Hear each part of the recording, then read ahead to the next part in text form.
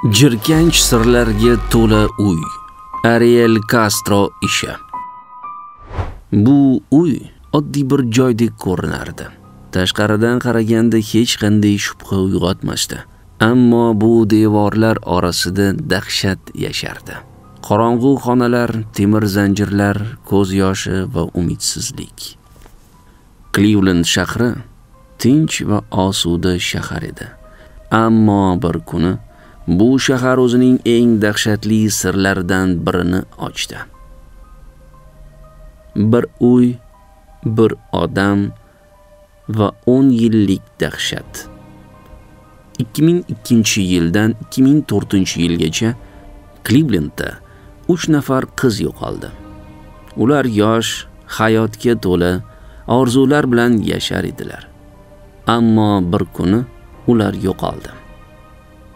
Michelle Knight 21 yosh. U bir kun oilaviy janjaldan so'ng uyini tark etdi va qaytib kelmadi. Amanda Berry 16 yosh. U tez orada tug'ilgan kunini nishonlashi kerak edi. Ammo u maktabdan qaytganda izsiz g'oyib bo'ldi.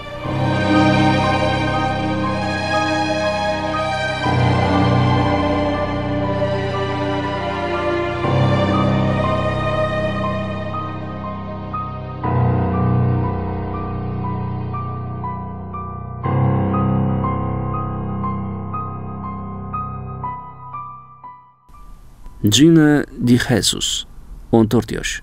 U maktabdan keyin do'sti bilan yurardi, ammo bu uning so'nggi kuni edi. Qizlarning yo'qolishi butun shaharni larzaga soldi. Ota-onalar, politsiya, mahalliy aholi hamma ularni izladi, ammo hech qanday iz topilmadi. Yillar o'tib bordi. Qizlar esa bedarak yo'qolganicha topilmadi. Ular qayerda? Ular tirikmi o'zi? Bu savollarga javob yo'q edi. Ariel Castro. Ko'pchilik uni oddiy odam deb bilardi. U maktab avtobusi haydovchisi edi. Qo'shnilar uni yaxshi inson deb hisoblashardi. Biroq hech kim uning kimligini bilmas edi. U ko'cha yoqasida ko'zga tashlanmaydigan bir uyda yashardi. Uning qo'lida kalitlar bor edi. Biroq bu kalitlar oddiy eshiklarniki emas edi. U o'zi uchun yangi dunyo yaratgandi. Bu dunyoda u hukmdor edi. Bu olamda u qoidalarni o'zi belgilardi.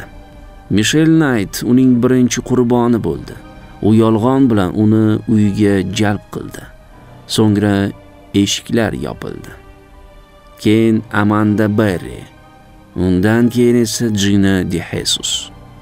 3 nafar qiz, 3 nafar asir va 3 nafar omon qolish uchun kurashgan inson. Ularning hayoti butkul o'zgardi. Ular uchun kun va tun farqi qolmadi. Ular qamoqda edi. Biroq bu qamoqda devorlar o'rniga qo'rquv bor edi. Ariel Castro ularni qattiq nazorat qildi. Qochishga hech qanday imkoniyat yo'q edi. Har bir xatolik qattiq jazolanardi. Ovqat juda oz, havo toza emas, ishonch yo'q. Ammo vaqt o'tardi. Yillar ketardi. Ular esa asirlikda qolishda davom etardi. Bir kun Amanda Berry homilador bo'ldi.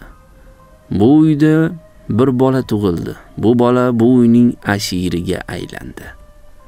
Amanda uni himoya qilish uchun hamma narsaga tayyor edi. U bolasi uchun yashashi kerak edi. 2013-yil 6-may bu kun hammasi o'zgardi. Ariel Castro uydan chiqib ketdi va Amanda imkoniyatni qo'ldan boy bermadi. U eshik tomon yugurdi. Ne ko'z bilan qarasinki, eshik yopiq. Biroq u tovush chiqara boshladi. Qo'shnilar uni eshitdi va ular politsiyani yordamga chaqirdi.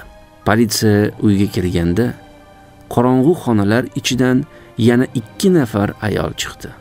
Ular 10 yildan buyon asirlikda edi. Bu kun ular uchun ozodlik kuni edi. Biroq ularning hayotini tiklash oson bo'lmadi. Ariel Castro sudga olib borildi. Uning jinoyatlari ro'yxati juda uzun edi. U 937 ta jinoyatda aybdor deb topildi.